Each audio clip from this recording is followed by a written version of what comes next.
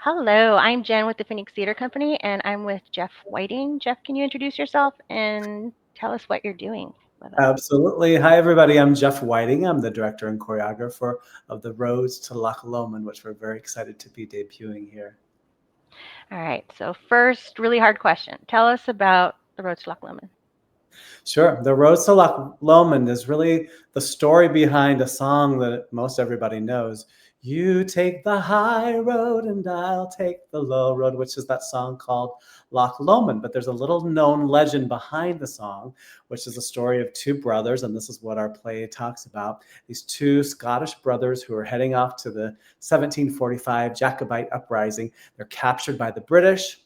They're thrown in prison and they're faced with a very difficult choice to make. And it's a four-hander. There's the two brothers. And in the course of this one evening, the whole musical takes place over one night where these boys have to make a very difficult choice. And as they're discussing the choice, we have a series of flashbacks. One of the older brother has a wife at home and the younger brother has a girlfriend at home. And so it's really the story of these two brothers who were captured, who have to make a difficult choice. And according to Scottish legend, the choice between life and death, that's how we get the story of the high road and the low road.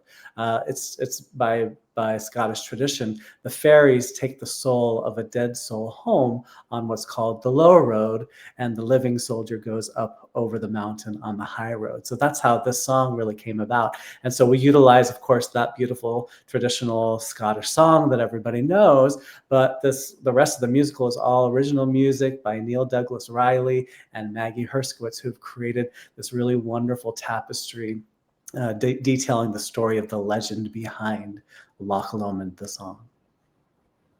Very cool. Thank you for that. That's really interesting. Can you describe the set and the world that we'll be seeing? Yeah, the set's really integral to the plot. You know, the whole play really, in actuality, takes place in the prison over the course of 8 hours when these boys have to make this really difficult decision.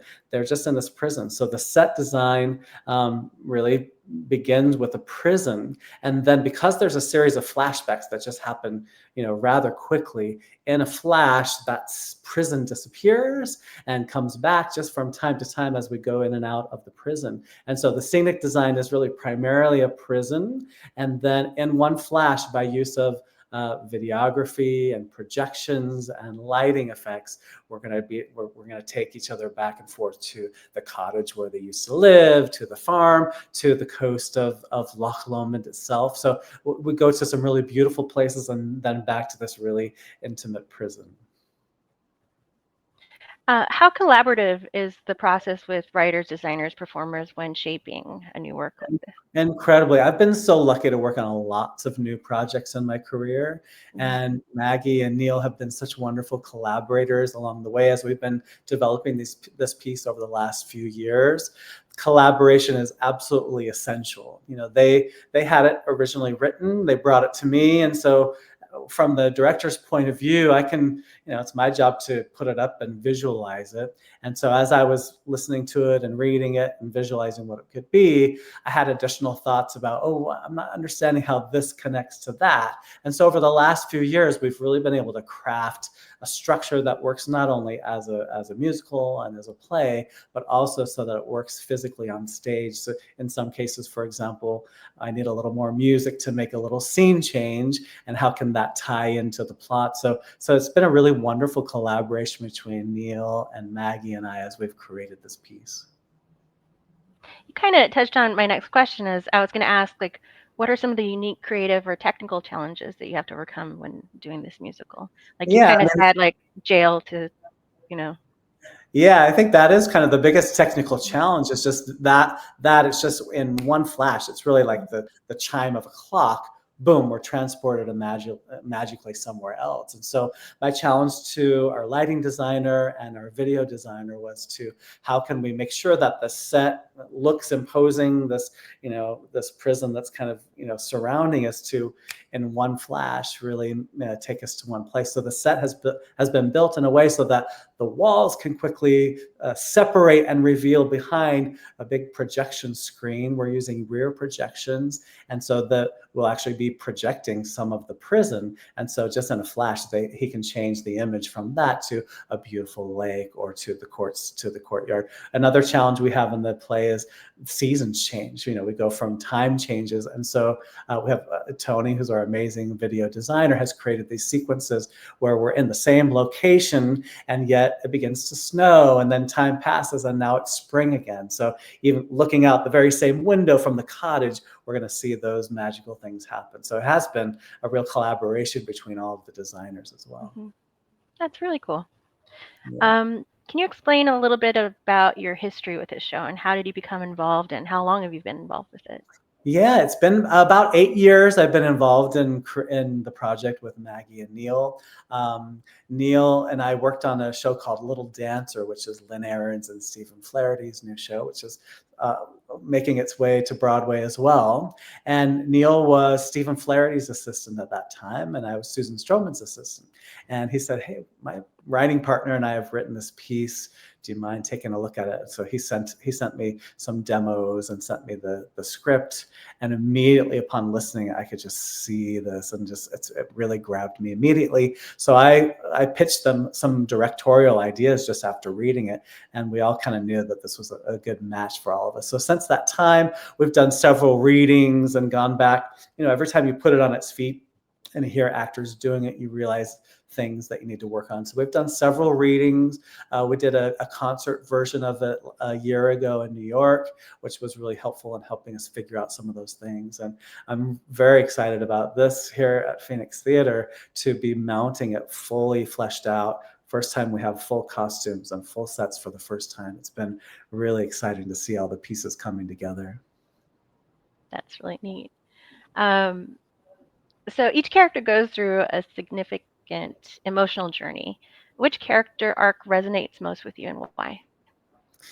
Oh, wow. That's a tough question. It's true. Each of the characters really does go through quite a journey. These two brothers who are thrown into prison, I'll give you a little spoiler alert. They're forced to make a choice. The guard says to them at some point, "In the morning, we kill one of you and you have to decide who lives." And so the two brothers are faced with making the choice of, do I send my brother home or am I the one to go home? And so I find myself identifying with mostly James, who is the younger brother. I have an older brother. I have an older and younger brothers in my personal family. But there's a really beautiful scene in the musical where the older brother has been in the past. He was involved in a little skirmish, and he was a hero in that moment. And the younger brother kind of lived in the shadow of his older brother for his whole life. And he just felt like he could never live up to that, his brother being the hero. And there's a moment in the play where the older brother reveals that actually I never felt that never felt like I didn't think I was the hero.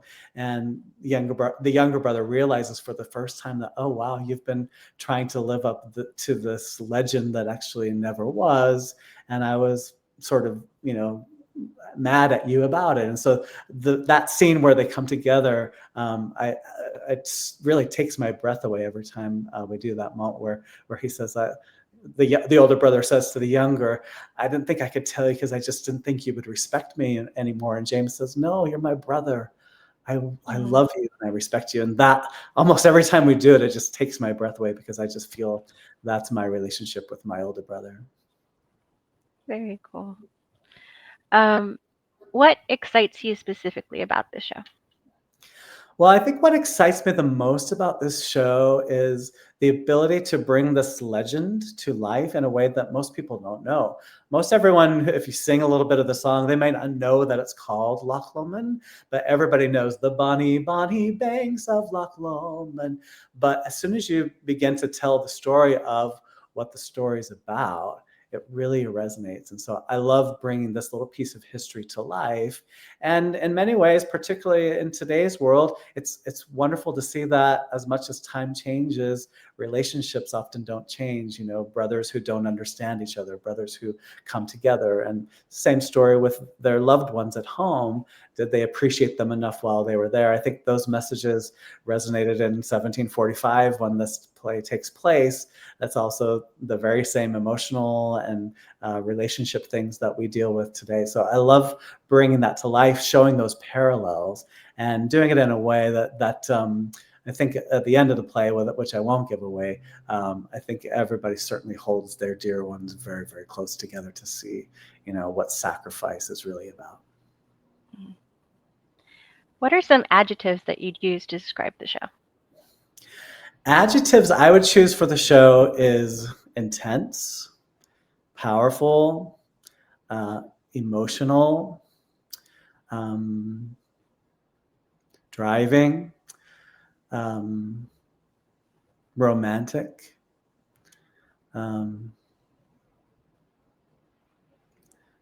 I'll think of others, but maybe later. But those are the ones that come to mind right now. Yeah, that's a good one. What do you hope audiences take away from the show?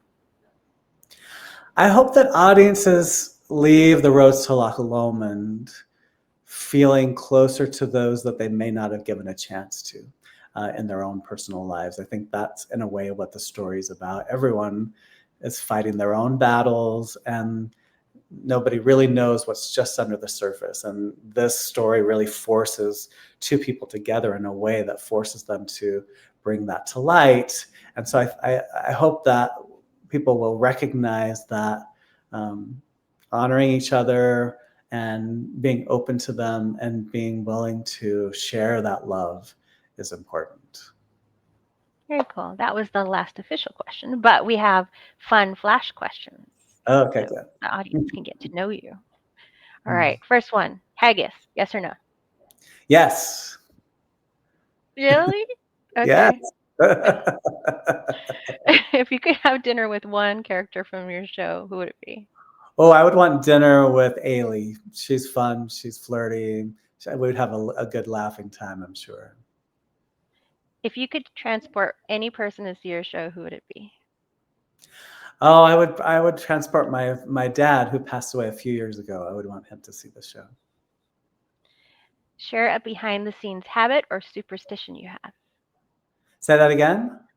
Share a behind the scenes habit or superstition that you have. Oh, um, habit or superstition that I have. Ghosts are real.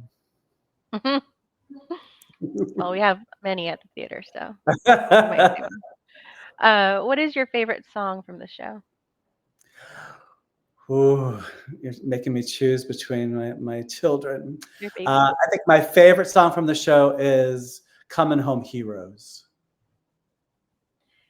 What book would you bring with you if you were stranded on a desert island? Oh, I would bring. What would I bring? Um, that book, "What If," where it's conversation. What would you rather do this or do that? I think I would do that to just keep my mind stimulated. Tell us a weird fact you happen to know for no reason. A weird fact I know for no reason.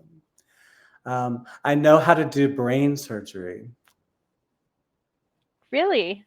I had to study when we were creating Young Frankenstein on Broadway. We had, he removes the brain, and so my brother, who's a surgeon, I wrote to him and said, "How does that work? We want to do that on stage." And so he was like, "You shouldn't be doing this." I was like, "No, we want to show that." So he explained how you drill a hole in the skull, you saw around the outside edges, and he wouldn't tell me for a long time. He was like, "Why do you want to know this?" Do it. I just want to pretend to do it. So yeah, he How walked me through funny. that process. Wow, that's crazy. Uh, what is your dream show that you'd like to direct one day? Oh, there's the story of the Greek legend Echo and Narcissus, the Narcissus flower. There's a wonderful story in, I think, their relationship. Echo, who ends up becoming an Echo, and she's stuck there. The relationship between Echo and Narcissus is one that I really want to explore. If you're the last one, very important one. If If your life were a musical, what would it be called? Oh gosh. Keep climbing.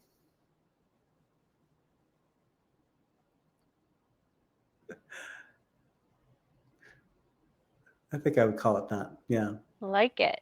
Well, thank you so much. Mhm. Is there any other last, yeah, keep climbing. Is there any other parting words you want to tell anybody? Encourage people to Yeah. come to the show? Yeah, I think audiences who are thinking about coming to see Loch Lomond should really know that they'll come, they'll enjoy this song that they all probably know already, but they're also going to hear some really wonderful Scottish sounding music. It's beautiful music. It's uplifting. They're going to get a little bit of everything. There's dance in it. There's beautiful vocals, and this cast is extraordinarily talented. They should see them. Well, thank you. Thank you for joining us, and thank you for lending us your brain for a little while. You It was got it. fun. Anything for you.